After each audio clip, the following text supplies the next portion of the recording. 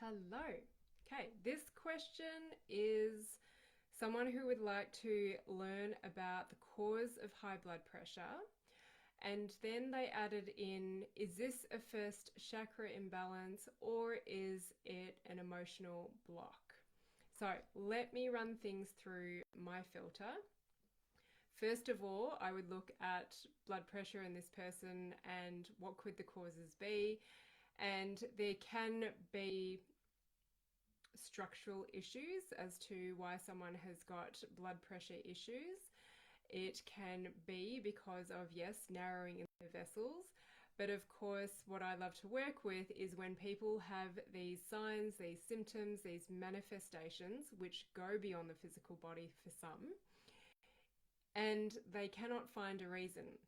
And I've definitely worked with a handful of clients over the years who have blood pressure issues, low blood pressure, high blood pressure, and they just don't fit the typical textbook description of someone who would have high blood pressure. So usually people think it is that they're overweight, that they've got high cholesterol and highly stressed, etc., and that's why they have the high blood pressure. Not always. So yes, I work with chakras and I work with doshas in a very different way to what you will find when you Google things on the internet, because I've run it through my filter and they help me, chakras in particular, work out what are the stored emotions for someone to work through. And a lot of people that I work with are going to be able to identify with experiences or events in their lives that may impact a chakra to be out of balance. But what it always comes back to for me is once you identify that emotion, that event, that scenario, is then you actually do the practical action behind it and you process your emotions. That's what I teach people, how to process your emotions using a verbal dialogue process. I call it the release process. A lot of people have issues in the first three chakras, the base, the sacral, and the solar. I'd say majority of people have got stuff like that going on. So I don't link high blood pressure to a chakra imbalance. Yes, it can be emotional, and I actually put it more through my dosha filter. So there is a particular dosha type where their medical predisposition or early signs and symptoms before they reach crisis point will be blood pressure imbalances, either low blood pressure or high blood pressure, especially when the medical system cannot find out why you have got high blood pressure issues through their normal conventional filter. This is when I love Eastern philosophy, like chakras, like doshas, and looking to the emotional aspect.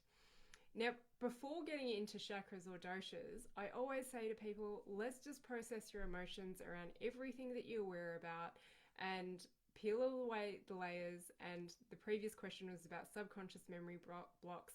Then let's get into the memories that start to come up. First and foremost, it's processing emotions. This is one of the most uncomfortable things for people to do.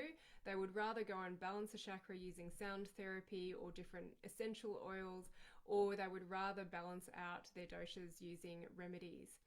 And there are some clients that I work with where their specific issue is very emotional.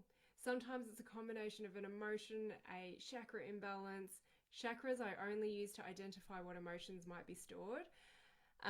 They might have a little bit of dosha stuff play out. And then for other clients, it is just so dead clear that their dosha is out of balance, particularly if they're living in an environment that doesn't allow their constitution to thrive. And again, there's many nuances to this when I actually get more details from someone. So, high blood pressure, even if I didn't know about doshas and this person was coming to me saying, look, the doctors can't work out why I've got high blood pressure, I don't have a family history of it, or I do have a family history of it and they can never work out why it is, i.e. it's not because of fluid retention, it's not because of high cholesterol narrowing the vessels, it's not because of, whatever the stock standard reasons are, but I've got this high blood pressure. Sometimes those people, I can see they're highly stressed, so their emotional cup is very full. But even if it wasn't that, and they've just been diagnosed with high blood pressure and they don't want to go on medications and they're really thinking that it must be emotional, let's just go through and process all of your emotions. Everyone thinks that there's hundreds and hundreds of things to process, but when you actually start processing your emotions, a lot of the things that you thought you had to process on just absolutely lose their charge, and there's nothing to them. It's done in a couple of minutes. So that's what I always prioritize, is process your emotions when we don't know what's going on. I shared the other day, it's like when all else fails, speak your truth, process your emotions. That's what I always come back to. If I'm ever lost with a client, and there are times where I'm like, yeah, I don't really know what's going on here, I trust myself. Yes, they have shared an emotional history, and we go and process emotions, and sure enough, things will start to reveal themselves. Either they'll shift and it's like, great, it's gone, let's move on, or we need to start putting things through the chakra and dosha filter as well. But it really is a journey to get to know people and understand them as well. So I'm actually, okay, well, first chakra, this person mentioned first chakra, which is base chakra. Base chakra is all about sense of survival. So really, if you are in survival mode, you don't have a house, you can't pay your rent, you can't put food on the table, then stress is generally going to be high, but then also you're probably not going to be able to process your emotions if your survival is at risk, because that's where your attention needs to go. So what I find is that there is no particular pattern behind high blood pressure and the chakra system. And this is where, for me, it's really important to get someone's whole history so that I can start to connect the dots.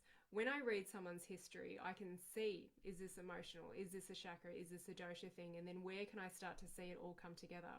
This is what I do when I do people's history interpretations. They fill out a questionnaire, which can sometimes take them hours or days, but the more information I have, the more I can just bring all of the pieces together for them and make sense of all of the gajillion manifestations that they have that they don't want to have in their life. So, as I keep on saying on these videos, I try and share as much as possible based on the information I have, and I really want to let you know it just goes so much deeper than this, because you are all unique individuals, and I do pride myself in being able to teach people things in a structured way, but then it's that ability to break through from that structure and see the flow and take the bits and pieces. And for me, that's very intuitively led, and it's also through lots of practice of working with many clients. So coming back to dosha, is that what's been interesting for me, the handful of clients that I've worked with blood pressure issues, I'd say the majority of them are actually low, but I have worked with a select few people where they've got unexplained high blood pressure. They're young, they're fit, they're not overweight, they don't smoke, they don't drink alcohol, all these kind of things that would normally put blood pressure up. But I can definitely see a dosha imbalance happening in them. But it's important not to just pick out dosha, not to just pick out chakra and focus on that, or not to just pick out an emotion and focus on that. It's the ability to integrate all of them and understand yourself as to what it is you need to work on. As humans, we so want to like get an external fix. We just want to focus on one thing. But really, I love people to just soften their mind, open their mind, and just soften their gaze and just see everything for what it is. I should probably explain that more, but I'm not going to. So yeah, it's a particular dosha imbalance for me when it's unexplained that someone will have high blood pressure. And I would also say that what doshas help me do is work out the early signs and symptoms that people are getting before they reach a crisis point. So the crisis of high blood pressure would be, for example, a stroke. I remember working in pharmacy when I was younger, and there was this one guy, because we used to do free blood pressure checks for people. And I remember this guy that kept on coming in, his blood pressure was like over 200. It was 220 over like 180. Normal blood pressure is like, what is it, 120 over 80? And I just remember the pharmacist saying, we've got to get this guy out of here because he cannot like have a stroke in here. So it was like, get this guy off to the hospital. Like it is bloody high. And so blood pressure is like, if you imagine a hose, your garden hose is like your vessels and the water's pumping through, and then all of a sudden someone turns it up highball, and it's just it's going through high pressure. And if you've got a really thin, weak hose, then that blood pressure is going to cause it to, the hose pressure is going to cause, the water pressure, sorry, is going to cause that hose to burst at some point. So that's the danger. It's like, let's not get to the crisis point of stroke. Let's work this out. Conventional medicine will give you medications to get your blood pressure down, and they may work, they may have other side effects, but what is the root cause of this? So I would be taking increasing high blood pressure as an early sign and symptom, but what I really want people to shift is don't wait till you have the stroke, don't wait till you have the crisis, because sometimes it's very hard to get yourself back to what was before, realizing that actually before was better. This happens for all personality and constitution types. Like constipation can be a very early sign before someone starts to get bowel issues or whatever. You know, there's a bit of a pattern, but there is also no set pattern. I feel really bad sometimes. I'm just like, I'm not trying to be elusive here. I love to dive in and go into details. I do it in my groups like the release course.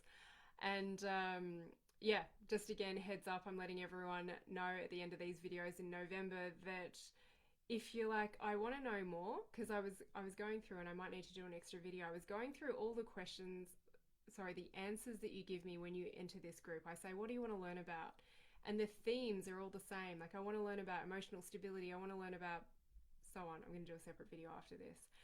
And that's what I teach in my courses. Like, I wish I could share it with you in a social post, in a video like this, in a short video, but it really is an immersive experience. And release flow teachings is something new that I've put together that's out of my bigger courses, that gives you a really high level overview on how you can learn about all this emotional processing.